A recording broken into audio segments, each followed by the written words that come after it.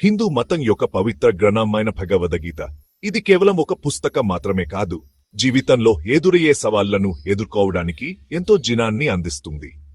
ఇది మనకు మన ఆత్మను, మన కర్తవ్యాన్ని మరియు మన జీవిత లక్ష్యాన్ని అర్థం చేసుకోవడానికి సహాయపడుతుంది.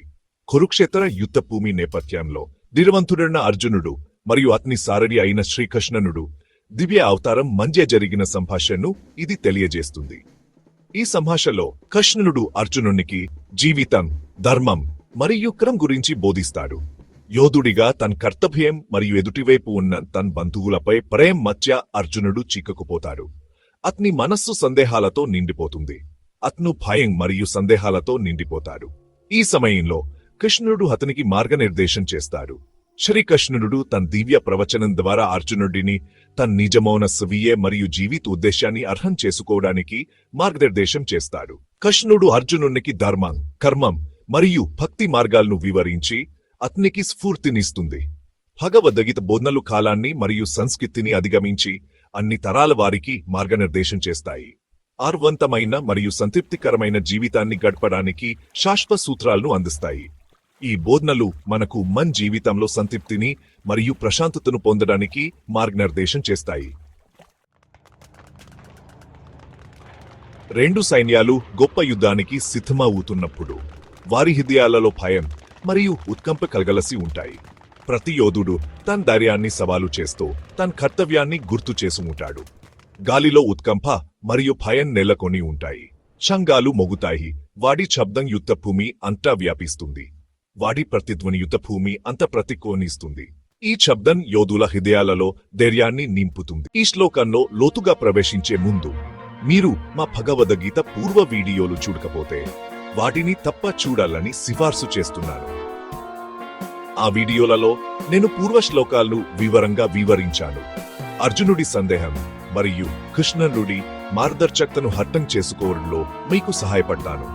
అలాగే కురుక్షేత్ర యుద్ధంలో రోజు రోజుకి ఏమి జరిగిందో తెలుసుకోవాలంటే నేను దానిపై పూర్తి సిరీస్ సృష్టించాను. ఆ వీడియోలను కూడా తప్పక చూడండి. మహాయుద్ధానికి సమగ్ర దృశ్యం పొందడానికి శ్లోకం 19 ఈ దృశ్యాన్ని స్పష్టంగా వర్ణిస్తుంది. తతర్శంఖాశ్చైర్యశ్చ పొన్వానక గోముఖ శశవాభ్యహన్యంత సశబ్దస్తుములో ఓభవతి తథా శంఖాశ్చ భైరిశ్చ పనవానక గోముఖ సహసైవాభ్యహన్యంత సశబ్దస్తుములో భవత్ నెఠీన్స్.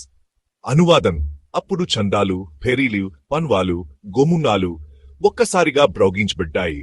ఆ శబ్దం యుద్ధభూమి అంతా వ్యాపించి భయంకరమైన శబ్దాన్ని సృష్టించింది మరియు ఆ మిశ్రమ ధ్వని చాలా భయంకరంగా ఉంది. ఈ శబ్దం యోధుల హృదయాలలో భయాన్ని కలిగిస్తుంది, కానీ అదే సమయంలో వారి ధైర్యాన్ని కూడా పరీక్షిస్తుంది. వైద్యాల కోలాహలం తీవ్ర ఉత్సాహం మరియు రాబోయే సంఘర్షణ యొక్క వాతావరణాన్ని సృష్టిస్తుంది. ప్రతి యోధుడు తన కర్తవ్యాన్ని గుర్తు చేసుకుంటూ తన ధైర్యాన్ని సవాలు చేస్తాడు.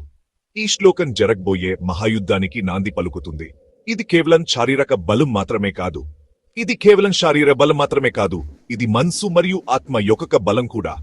ఆదర్శాలు, కర్తవ్యం మరియు ధర్మం యొక్క యుద్ధం కూడా.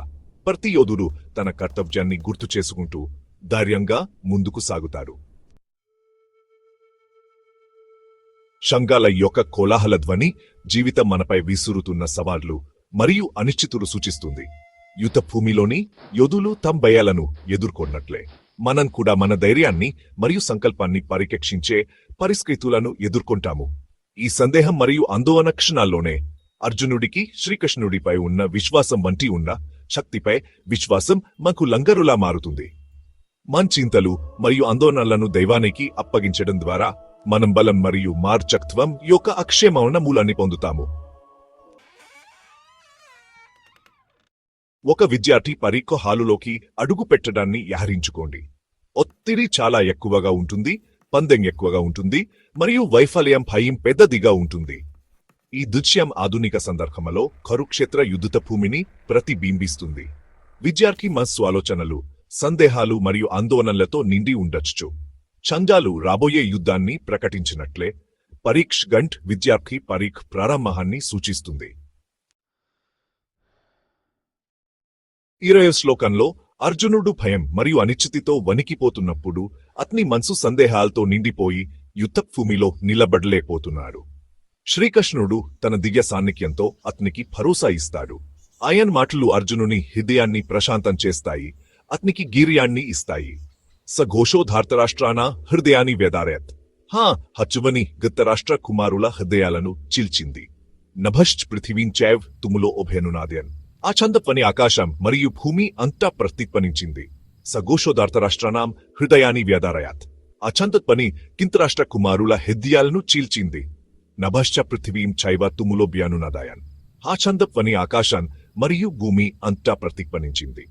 అనువాదం: ఆ కోలాహలత్వని దింత్రాష్ట్ర కుమారుల హృదయాలను చీల్చింది, వారి మనసులను కింతో నింపింది, మరియు ఆకాశం మరియు భూమి అంతా ప్రతిధ్వనించింది. ఆ చంధ్వని పాండవులలో ధైర్యాన్ని నింపింది.